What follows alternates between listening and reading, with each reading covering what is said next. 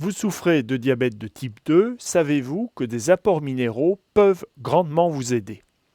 Je vous propose ici de vous parler des bienfaits naturels de deux minéraux particuliers, le potassium et le magnésium. En effet, le corps humain est une machinerie complexe dans laquelle les minéraux jouent un rôle essentiel et, hélas, très souvent négligé.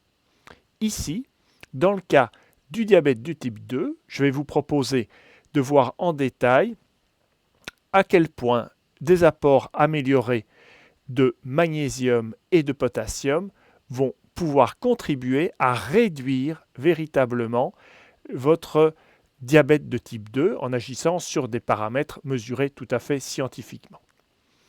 Donc, pour cette vidéo, je me baserai sur deux synthèses d'études scientifiques. Donc, il ne s'agira pas des codes d'études isolés, mais de révision, de review.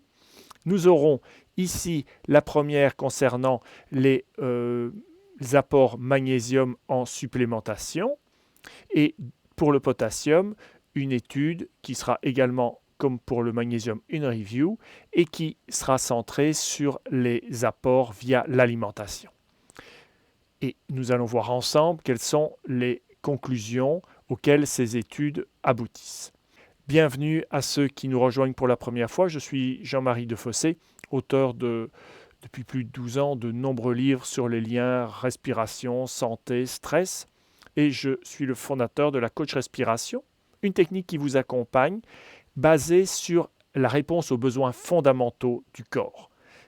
Les minéraux en font partie, mais également d'autres éléments alimentaires, également la respiration, le mouvement et du relationnel. Tout cela, nous vous le présentons sous forme d'un mini-guide gratuit, de coaching en ligne si vous le souhaitez, de compléments nutritionnels de haute qualité réalisés par nos soins, et vous retrouvez tous les liens de cela dans la description de la vidéo. Le cœur du sujet à présent, le magnésium. Pour commencer, alors cette fameuse étude, cette review, elle aboutit sur deux graphiques intéressants qui sont ces deux-ci, où l'on voit une courbe, et cette courbe, pour le premier graphique, est la réaction de la glycémie à jeun en fonction des apports en magnésium qui ont été fournis en supplémentation aux personnes qui participaient à l'expérience. La deuxième courbe illustre l'amélioration de la sensibilité à l'insuline. Et donc, nous avons une conclusion générale pour cette étude qui est que pour les personnes diabétiques, eh bien, une supplémentation en magnésium permet de réduire la glycémie à jeun. Donc, typiquement dans les manifestations du diabète. Ici, il s'agit du diabète de type 2. Pour les personnes qui sont à haut risque de diabète, il y a un effet préventif d'une certaine manière, puisque à nouveau, on observe une amélioration de la glycémie et une amélioration de la sensibilité à l'insuline. Donc, je ne peux que vous encourager à améliorer vos apports en magnésium. Nous allons voir dans un instant comment. Petit détail, parmi toutes les études qui ont été analysées dans cette review, certaines n'aboutissaient pas forcément à cette conclusion générale. Comment expliquer cette disparité dans les résultats d'études? Je pense que la forme de magnésium utilisée dans la supplémentation est tout à fait essentielle. Notamment, il y a une forme qui me pose le plus de problèmes, c'est l'oxyde de magnésium, qui ne va être assimilable que pour les personnes qui produisent encore suffisamment d'acide au niveau de l'estomac. Les personnes qui prennent des inhibiteurs de pompe à protons parce qu'elles avaient des douleurs estomacales et du reflux, les personnes qui sont fatiguées, stressées, dans certains cas produisent moins d'acide chlorhydrique, et dans tous les cas on observe avec la montée en âge des personnes une baisse de cette production d'acide chlorhydrique. Donc, se méfier de certaines formes minérales de magnésium qui vont être du magnésium mais non assimilables, non disponibles pour le corps. Autre forme qui me pose souci, ce sont les carbonates de calcium parce qu'ils vont avoir un effet antiacide, Pris en petite quantité, ce n'est peut-être pas problématique. Pris en plus grosse quantité, là, il y aurait une inhibition de l'acide estomacal qui est indispensable pour une digestion saine des protéines et donc une bonne santé intestinale, qui elle-même est indispensable pour une bonne santé générale. Voilà, ça c'était un premier point pour le magnésium. Voyons à présent ce qui est dit à propos du potassium. Donc là, il s'agit d'études concernant la quantité absorbée par l'alimentation et qu'est-ce qui a été observé de façon générale. Donc j'insiste, une review, une synthèse de nombreuses études. Eh bien, voici les types de courbes qui sont obtenues. De quoi s'agit-il? Il s'agit du risque de diabète en fonction de la quantité de potassium ingérée chaque jour. Et dans les deux cas, ce que vous voyez, c'est que la courbe est la plus haute lorsque la quantité de potassium ingérée est inférieure à 2,5 grammes, et puis elle commence à baisser à partir de cette plage 3,5 et puis jusqu'à 4,5. Et on pourrait imaginer au-delà, mais ce n'a pas été mesuré.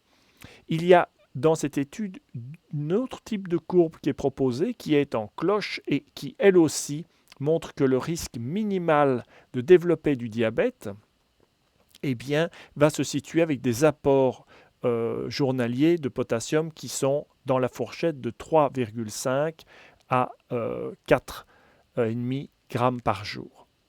Donc, regardons à présent quels sont les apports recommandés de façon générale par les autorités de santé, nationales, internationales. Pour le potassium, c'est 3,5 grammes par jour. Ça colle parfaitement avec ce qui est observé pour cette étude spécifique pour le diabète. Mais là, ce sont des apports conseillés pour une santé optimale de façon générale. Et pour le magnésium, nous avons des apports recommandés qui tournent à 300 mg par jour. Cela dépend des pays. Parfois, c'est plutôt 400. Alors, maintenant, la question est comment faire? On pourrait se dire, mais finalement, l'idée générale est qu'une alimentation riche et variée va assurer des apports suffisants dans ces minéraux. Écoutez, je comprends l'intention, mais il faut savoir qu'une alimentation riche et variée, et notamment si on se base sur le critère de 5 portions de fruits et légumes par jour, des portions de 120-150 grammes, ça ne va pas forcément amener la quantité nécessaire de ces minéraux. Pas du tout.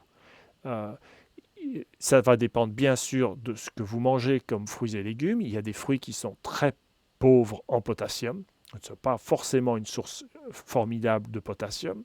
Pour le magnésium, il n'y a pas du magnésium dans l'ensemble en quantité intéressante dans l'ensemble des végétaux qui peuvent être consommés. D'autre part, ça dépend aussi du mode de cuisson. Il sera très important de ne pas perdre les eaux de cuisson parce que alors vous perdez les minéraux qui s'y échappent.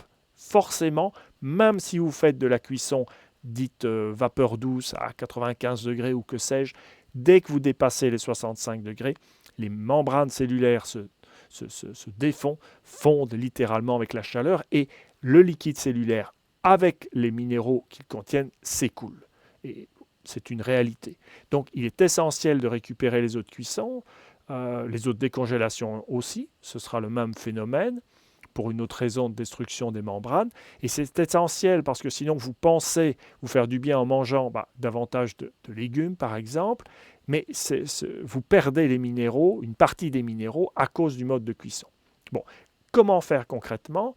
Il va falloir faire attention à la fois au niveau alimentaire et envisager une légère complémentation.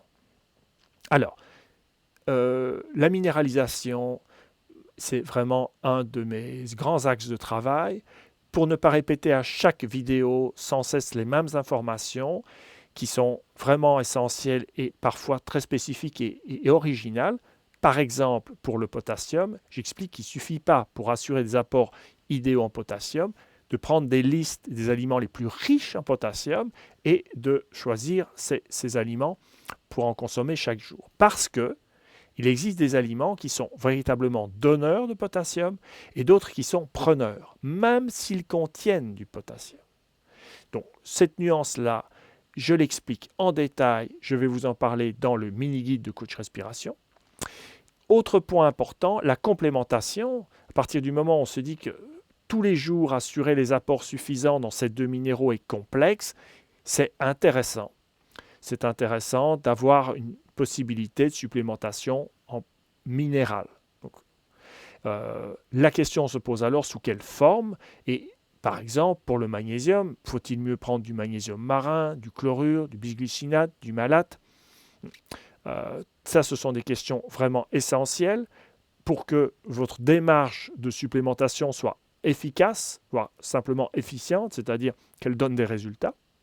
Et tout ça, cet ensemble de conseils au niveau de l'alimentation, faire attention au mode de cuisson, les donneurs, les preneurs en potassium, quels aliments donnent du magnésium, quelle forme chimique préférée si vous passez à une supplémentation, une complémentation, eh bien tout ça est regroupé dans le mini-guide de coach respiration. Il est gratuit et régulièrement mis à jour. Et comment fait-on pour se le procurer? Eh bien simplement, le mini-guide de coach respiration, il est accessible sur les sites coachrespiration.com et école-coachrespiration.com. C'est tout simple. Et vous aurez dedans, aujourd'hui il a été encore enrichi dans une nouvelle version, plus de 48 pages, qui vous donne un ensemble de conseils extrêmement précieux et qui vont tous viser de répondre aux besoins fondamentaux du corps. Donc, c'est la base du bon sens pour que le corps fonctionne bien. De quoi a-t-il besoin fondamentalement et de façon démontrée scientifiquement? Pas forcément des produits, des plantes spéciales, des adaptogènes, des choses comme ça, mais par exemple les vitamines, les minéraux, les mouvements, des antioxydants, et ce mini-guide regroupe les conseils sur cet axe qui est vraiment fondamental. Vous trouverez donc dans ce mini-guide tout ce qu'il vous faut pour que, en cas de diabète, eh bien, vous puissiez améliorer vos apports en potassium et magnésium, plus un ensemble d'autres conseils extrêmement précieux pour que vous puissiez prendre soin de vous, que ça vous donne envie parce que vous vous sentez mieux de prendre soin des autres, que vous fassiez attention à notre si jolie planète, ça c'est le côté relationnel indispensable pour une vie et une santé harmonieuse. Et voici cette vidéo terminée et je vous dis à bientôt pour une prochaine vidéo de Coach Respiration.